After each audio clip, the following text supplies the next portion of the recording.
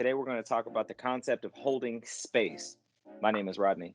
And I'm Keith, and this is Cooking with Keith and Rodney.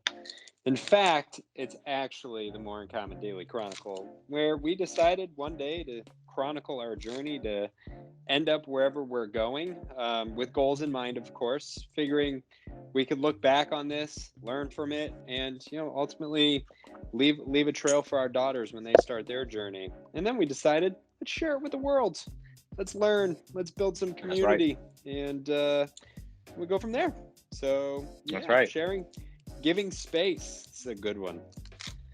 Yeah, I mean, this has been something that's been very top of mind for me in the last week and a half, 2 weeks, with my daughters and with my wife. The concept of allowing somebody to feel what they feel, and being as supportive in that as possible, usually by shutting the F up, and or just saying, that's okay, it's valid. Like, and it's hard for me for many reasons. It's really hard when I don't understand the feelings, or I don't think they're justified, which is a weird one because I don't think feelings have to be justified. Like, a feeling is justified because you have it. Now maybe the actions off of that may not be justified. I think that's a different thing. But just really trying to just be there and just be. And even in conversation that you and I have had recently, like, allowing you to feel your frustration, or you allowing me to feel my frustration. I think it is an important thing. What do you think about it? Yeah, I think a lot. Like, I recently read I've been reading one of Brene Brown's books. And she talks about empathy and how she had a situation with a friend of hers, and that friend expressed it just by being there, allowing her to feel the way she felt, the stress, and the person didn't try to fix it, right? Because as soon as you try to fix it, you're making it about you, not about the person, and you're ultimately creating a space that may not be safe. And I'll tell you, this is as hard for me as any communication skill that I've ever had, especially at home, because especially if it's something that I've already worked through. Like, my instinct is to, like, okay, this is what I did, do that. And here are the steps. I got you. Yeah, like, I got you. We figured this out already, right? And I end up losing sight. And the thing that I think a lot about this is it's a tangible it's a tangible action that you can take, whether you feel empathy for it.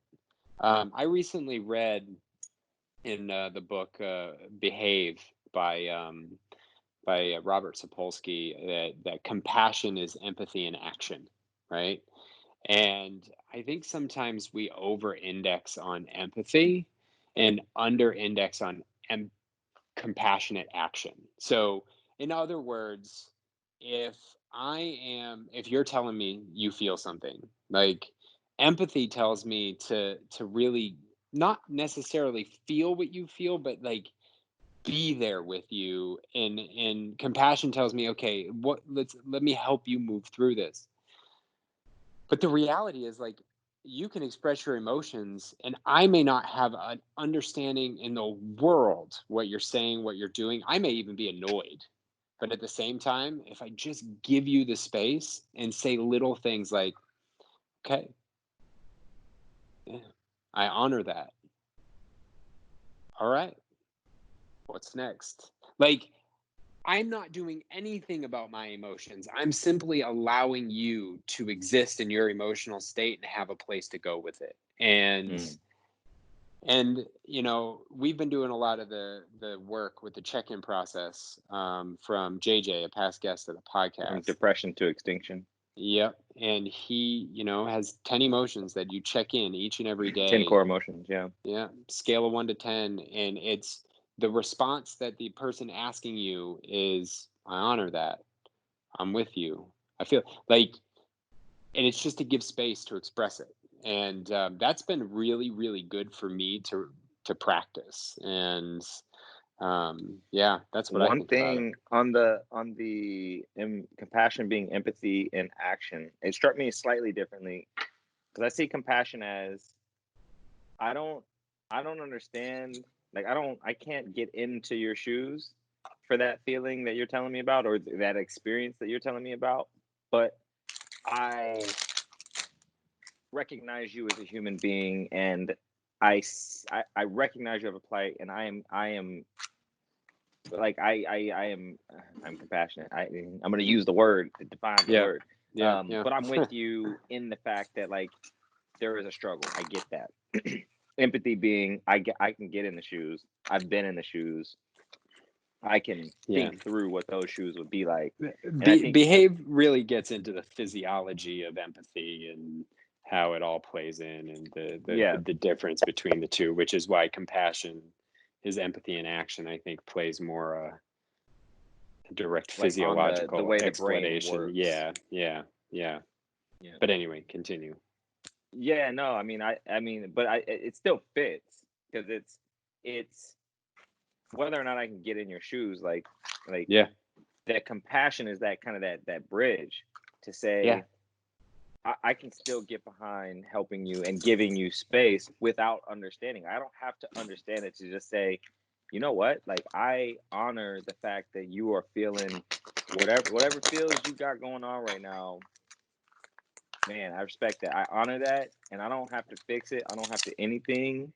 Uh, And the reality is that action, right? Using that, just that action of saying, "Hey, I'm on it," is more action than trying to fix it. mm-hmm. Yeah, because on the flip side of this, I got really pissed at you You a got couple weeks so ago mad at me for when I was pissed about something else, but like you were trying to fix my feelings on it, and I was just like partially wanting to feel what I wanted to feel, right. and I think what I was really looking for was just someone to just be like, or you in this case, to just be like, man, I see you, or I hear Yeah. you, Like I may not agree with you, right? but hey, we'll worry about that next, right? Yeah.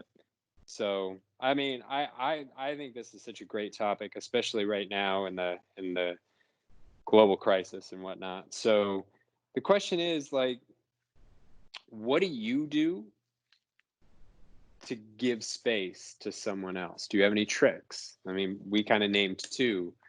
Do you have any that allow you to work through that so you're not trying to fix the other person's problem, but you're just trying to give them the space to land? The last thing I want to say is COVID-19 hair challenge. Mine's getting floppy. It is getting Get long. ready before I'm and after starting to photos. like it. I'm starting to like it. All right. We're out.